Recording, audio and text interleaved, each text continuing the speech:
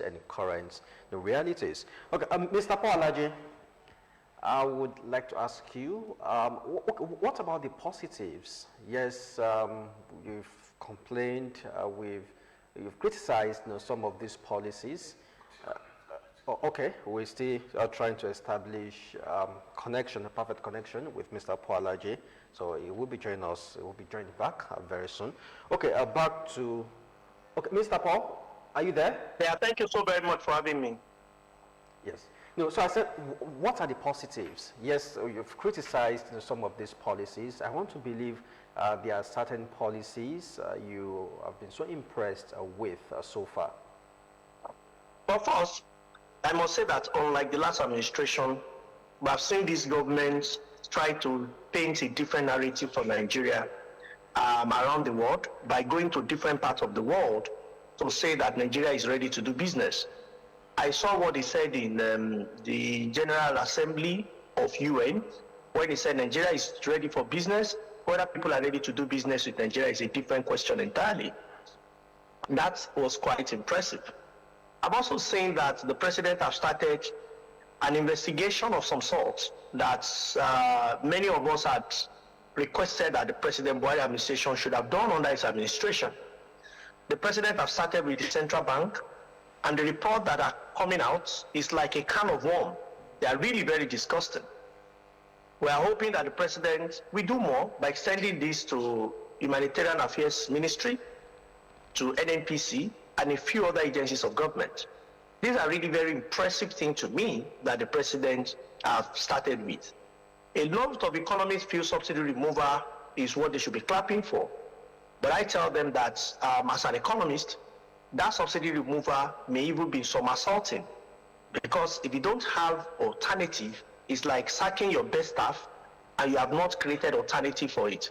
You saw what happened to labor, over and over and over again, because poverty and hunger, they are not what you can understand. Once they struck, then you know that a man becomes desperate.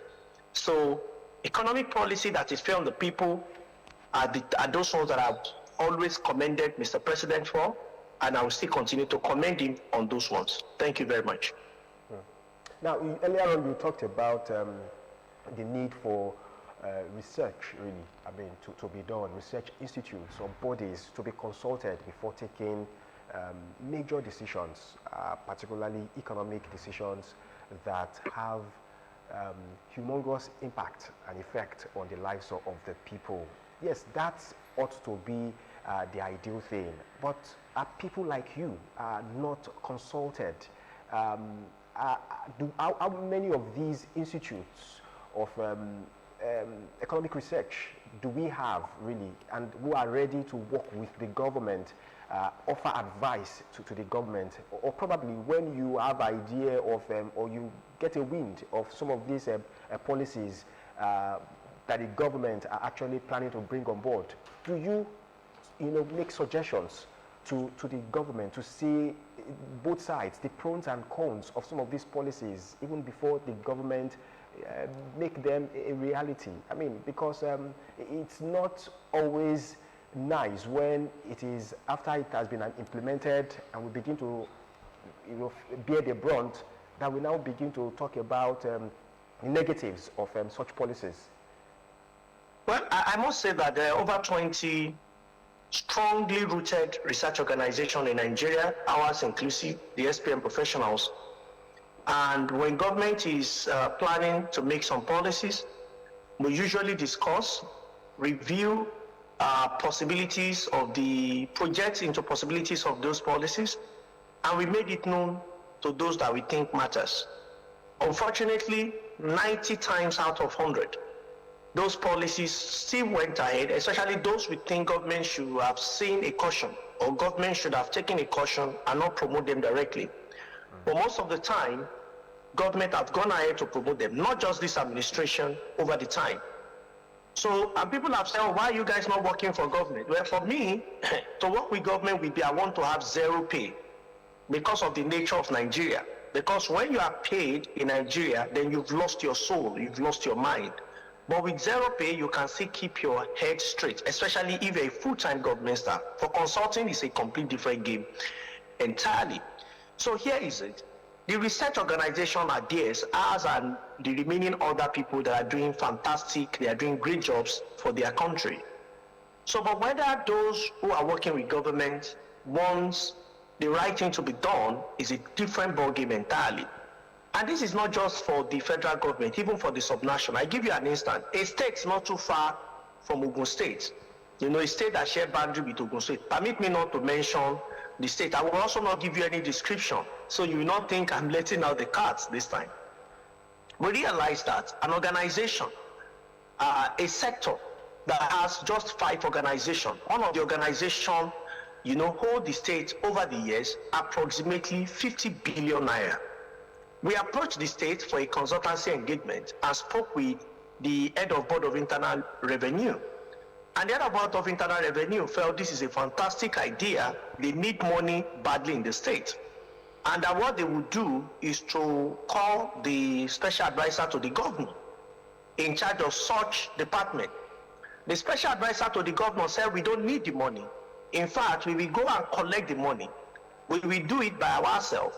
And as I talk to you today, from the available evidence, the state has still not collected money. Now, this is 3rd year that the state has been losing 50 billion naira on the road to the same organization.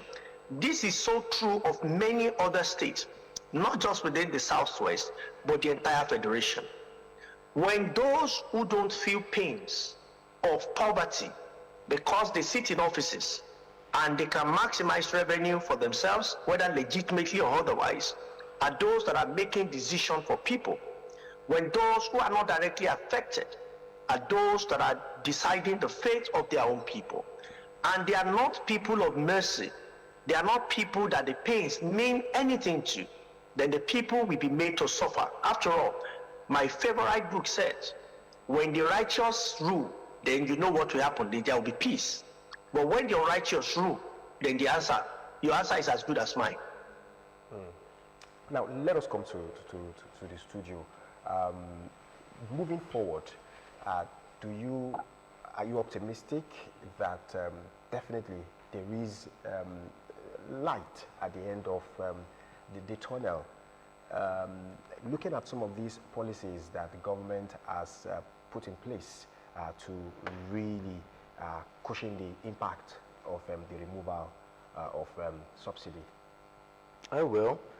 I've not seen something concrete in terms of policies to ameliorate the sufferings and the consequences of subsidy removal. But one thing... But don't you also think that the masses should be blamed?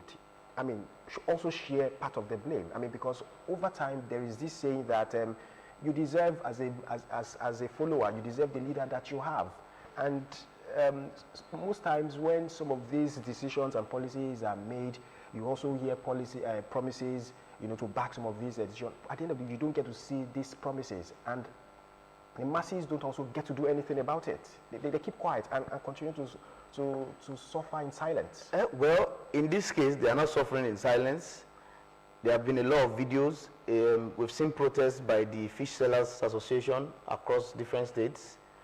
We've seen people make videos of how the hardship is telling on them. We have seen people in the political class that have seen it as a sense of responsibility to call on the president not to take decisions with what he hears in the villa. And we have also seen friends of the president going to visit him to tell him the reality of what is on ground. This is immense poverty from a country that has just had 100 million people impoverished, about 133 million people multidimensionally impoverished. It's risky. The economists have said it. It's risky for us. We are joking with a big unrest in our hands, because they said an angry man, a hungry man is an angry man. And it says a lot. Now, when you hear very, very reputable institutions like the World Bank, the IMF, even before subsidy was removed, were asking that government should remove subsidy. And when government eventually removed the subsidy, we're hailing the government. would you say these people have good intentions for Nigeria and they want things to work in Nigeria? Well, I mean, because a lot of times we run to them for advice, we take whatever the report they give out, you know, probably, I mean, periodically, we begin to work towards all of these. Well, what we have seen with international diplomacy and gameplay is that nobody really has the interest of your people more than your people. So for the World Bank, they are dealing with nations to justify the objectivity of their organization.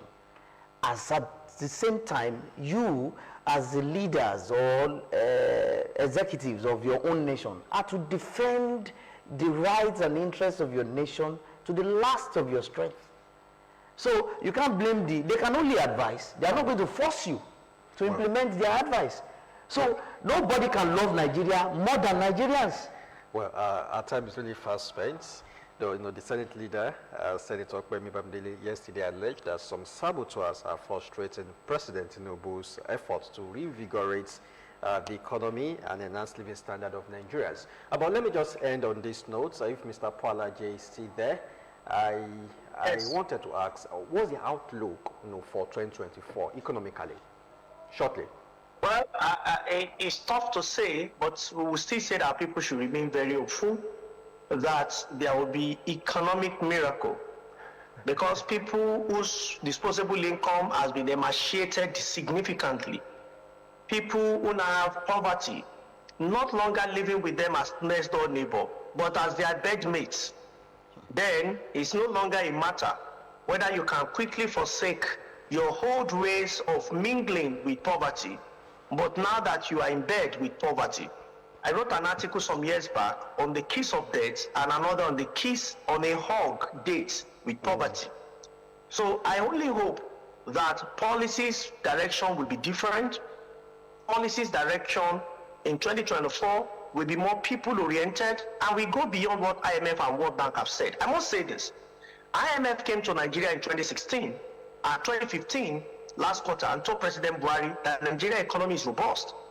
I issued a publication to say that President Buhari should wait in 2016. The economy will go into a recession, and it went into a recession. I'm not happy the prediction came true as against the confidence IMF gave to President Buhari. See, IMF and World Bank is a going concern. They have people's money. They have people that have investments in them. We have better understood this. We have better know what this is about. So if we wait for just the advice, which of course is what we are doing now, devaluing Naira and removal of subsidy at the same time, how can the two make economic sense? And I hope that few of my friends that are out there that are still hoping that the economic literature will give them liberty and they will prove a point. They have no point to prove. Economy is not about proving points. It's about quality of life of our people. That is what we were trying to do. Quality of life of our people, reduction of cost of living, and most importantly, stability. And we say this economy is stable. So, President Tinubu, my advice to His Excellency, Mr. President, will be pursue after stability. Pursue after everything that is legitimate, that will bring our people out of economic quagmire, that will reduce the impact of subsidy removal, which of course is giving untold hardship on them, and the unification that you have promoted. Thank you, and God bless you. Okay, many thanks, Mr. ALAJE, a renowned economist. Yes, economic miracle, which I expect. After all, they say the Almighty is not tired of rotten miracles. So, Mr. AYOBAMIGBE, FALOYE current affairs analyst, thanks for coming. It's a pleasure to be here. Yeah, thank you. Well, we round off this segment, but we'll be back shortly for the last discussion segment on the show. Please stay with us.